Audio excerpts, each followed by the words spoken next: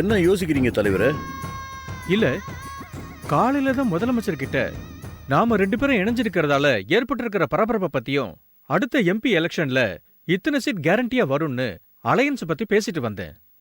அதுக்குள்ள இப்படி ஒரு விஷயம் பூதாகரமா வந்து நிக்குதே. உங்க புகழையும் செல்வாக்கியும் பொறுக்க முடியாம யாராவது உங்க பொண்ணோட வாழ்க்கையில இப்படி விளையாடுறாங்களா தலைவரே?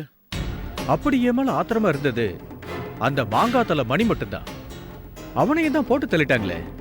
ஒருவேளை அவன் செத்தத்துக்கு நாம தான் காரணம்னு நினைச்சு நம்மள பழி வாங்கறதுக்காக அந்த குரூப் அனுப்புன ஆளுதான் இந்த செபாஸ்டியனா இருக்குமோ?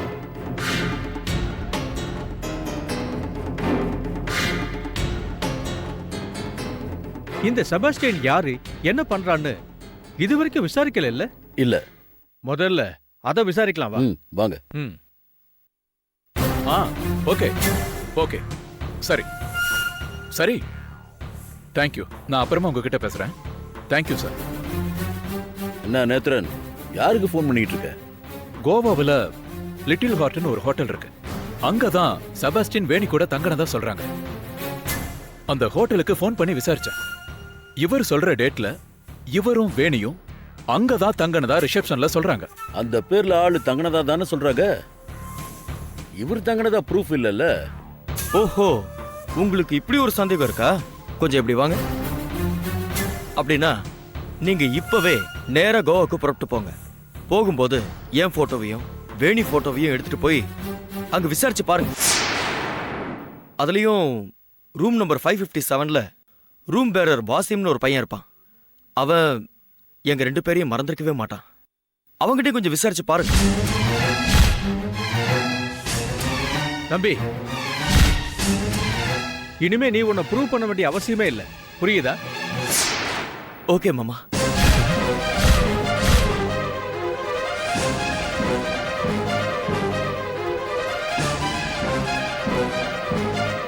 நீ என்ன பண்ற தம்பி? அப்படின்னா அதான் பூவாக்கு என்ன தொழில் பண்றேன்னு கேக்குற. அனாதை விடுதி நடத்த. அனாதை விடுதியா? ஆமா. அத நடத்தி எங்க பொண்ணுக்கு சாப்பாடு எப்படி போடுவ? அதெல்லாம் என் மாமா பாத்துக்குவாருன்னு வேணி சொல்லியிருக்கா.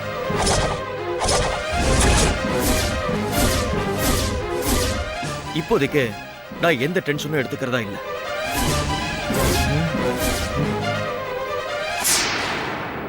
வேணி மாமாவுக்கு ஒரே பொண்ணு. அவளை கண் கலங்காம ஒரு பூவை பாத்துக்கிற மாதிரி பார்த்து. உன் அனாதை விடுதியோட அட்ரஸ் சொல்லு. நம்பர் 47, சபாபதி தெரு, சாலை கிராமம், சென்னை 93. ஏசிபி, அவ சொன்ன அட்ரஸ் தெரியுமா? தெரியும் சார்.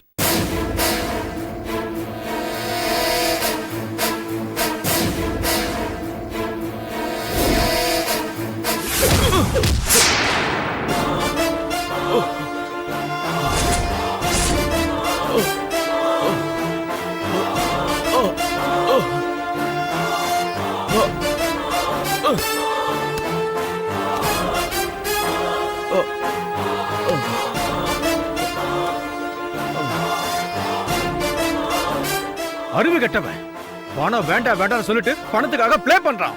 ஏசிபி சார், இவன் அட்ரஸ்க்கு போயிட்டு இவன் யாரு என்னன்னு விசாரிங்க. Yes sir. போகும்போது அந்த போட்டோவையும் எடுத்துட்டு போங்க. அங்க வேணியா இருக்காது தெரியுமான்னு கேட்டு விசாரிங்க. Okay sir. என்ன தலைவரே பட்டு நடிச்சிட்டீங்க? பொட்டுன்னு போயிட்டா என்ன பண்ணுவீங்க? போகட்டுமே, உனக்கு என்ன பிரச்சனை? நீ பதட்டத்தை பார்த்தா இவன் நீ அனுப்பின ஆள் மாதிரி தெரியுது. ஐயோ, என்ன தலைவரே இப்படி சொல்லிட்டீங்க? பின்ன எப்படி சொல்லுவாங்க? இங்க பாரு, இவன் கதையை எப்படி முடிக்கதான் போறோம். உன் புள்ளதான் இவன் வாரிசுக்கு அப்பாவா இருக்க போறான். மென்டலி பிக்ஸ் ஆயிடுங்க. நமக்கு இதெல்லாம் சகஜம் தானே, புரிஞ்சுதா?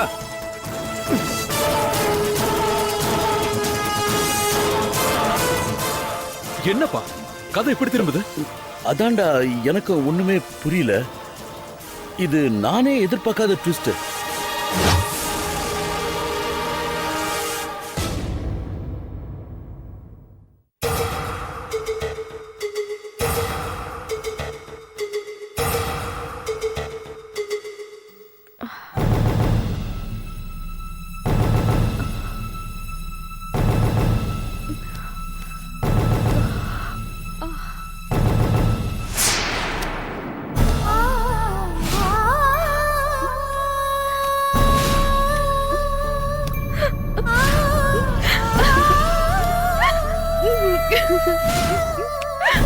ஏய்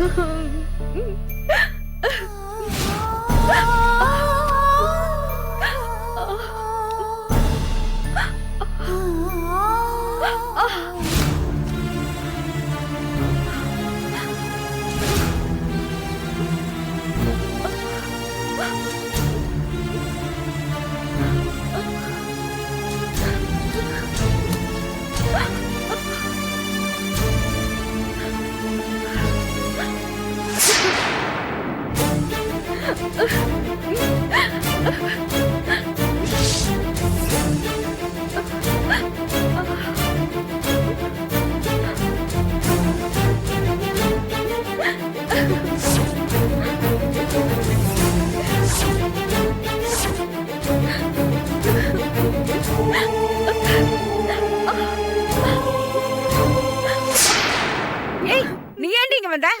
ஏய் நீ சும்மா இரு.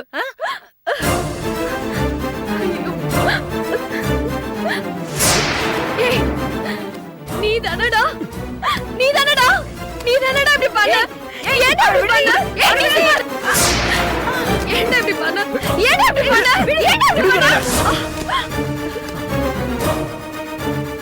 ஏய் நீ எல்லாம் ஒரு பொம்பளையா? சீ ஏன்டா என் வாழ்க்கையை கெடுத்த?